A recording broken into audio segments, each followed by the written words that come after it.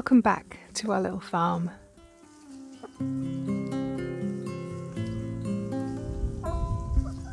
Now we're going to start off today's video with a little bit of sadness. My lovely Jet, the little black chook that so many of you fell in love with during the quarantine diaries, has sadly moved on to the chicken coop in the sky. She was an old girl, and I like to think that she'd had a wonderful life here. But the best bit for me that was when I found her, she was all snuggled up in her favourite spot under the blackcurrant bushes. And this makes me think that she went quietly in her sleep, which at the end of the day is all any of us could really ask for.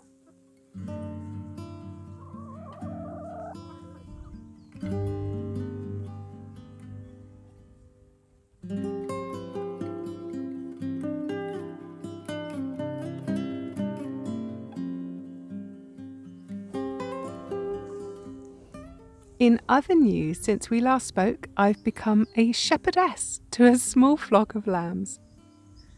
Our sheep farmer friend had a bunch of orphans that needed rearing on, and I'll admit I jumped at the chance when he asked if I'd be interested.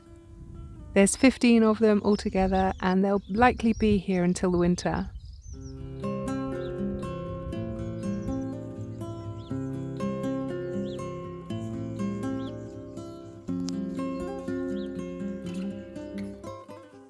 I grew up around sheep and I'd forgotten how cheeky and how funny they can be. As they get to know me, their individual personalities are coming through. Some of them love a good scratch under the chin, some just want to nibble my clothes, and some of them don't give me the time of day unless I'm carrying a bucket. I am loving having them around.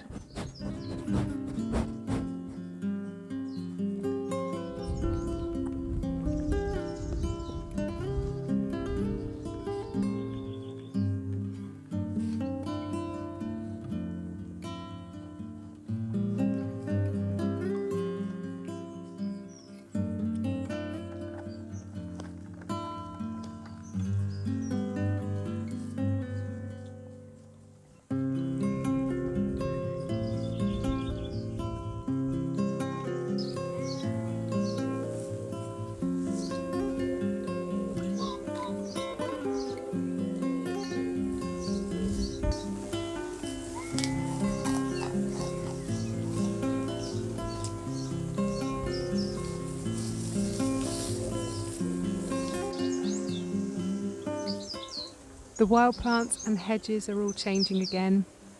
The elderflowers are now starting to go over, but in no time these little clusters will be packed full of elderberries. I look forward to bringing you a video on making elderberry syrup later in the year. It's the best at keeping colds and flus at bay during the darker months. The wild blackberries are coming into flower, which means blackberry season isn't far off.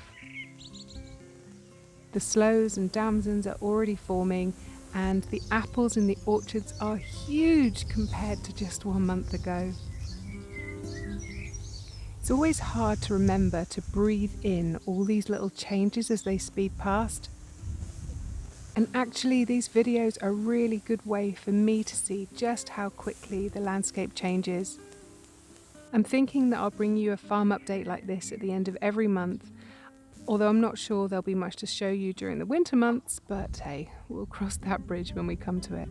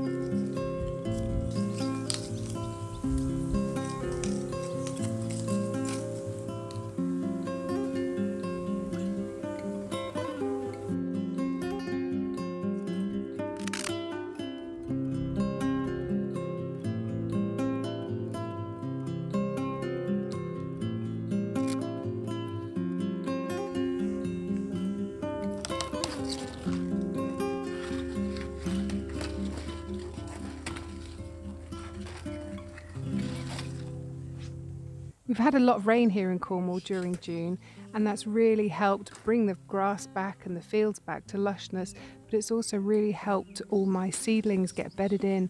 They were really struggling through the drought of May. So we're starting to get a lot of food from the allotment now, and very often mealtime looks like me just going out into the allotment, randomly picking whatever looks perfect and ripe in that moment, and then working out how on earth to bring all these weird and unrelated elements together for a meal. Gardening really forces you to be spontaneous and to experiment at meal times.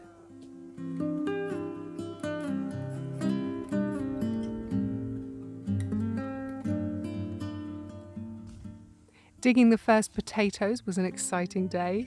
They're steamers and they've got to be a really good size. The leaves are just starting to show signs of distress, and if it looks like blight is about to whip through, I'll cut all the leaves down and burn them, but I'll leave the potatoes underground until we're ready to eat them, and this way they'll survive months.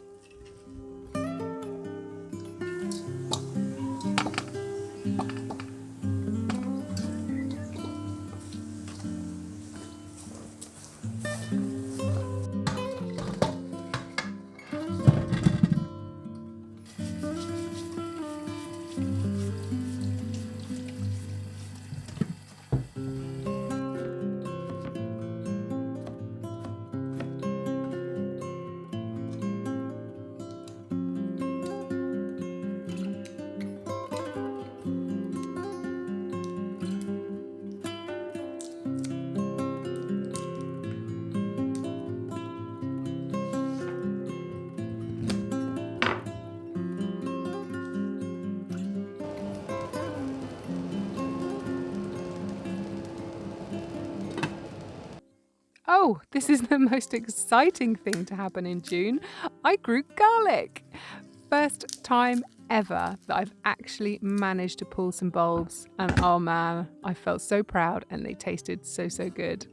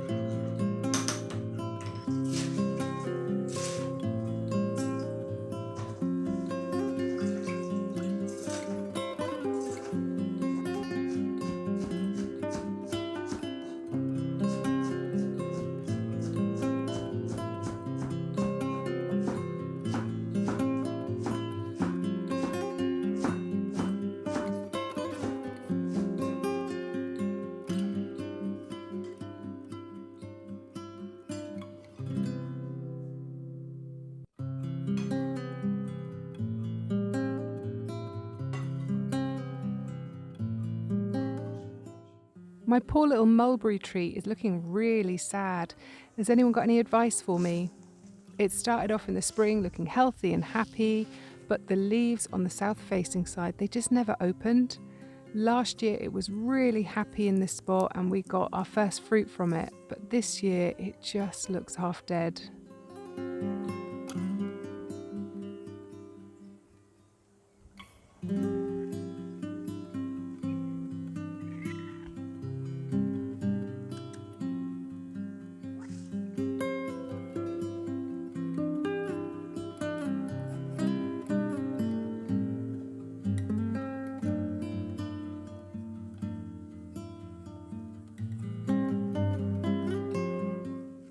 These breakfast radishes were just amazing. I've left a few in to go to seed, and sadly I haven't been able to find any more seeds to resow for this year, which is such a shame. I'm missing them already.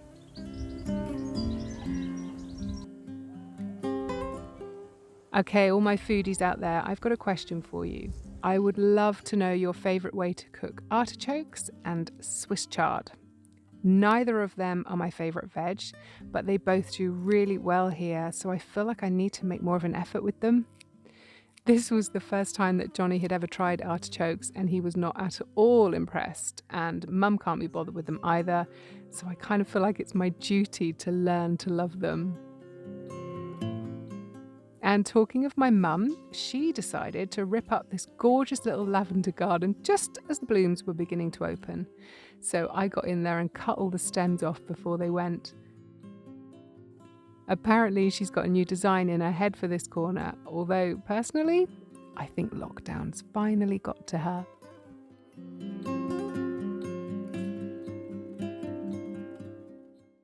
That's it for today, friends. Thank you so much for stopping by. I do hope you enjoyed seeing the seasons slowly change on our little farm, and that you found our time together relaxing. As always, stay safe, and I'll catch up with you again in the next video. Over and out.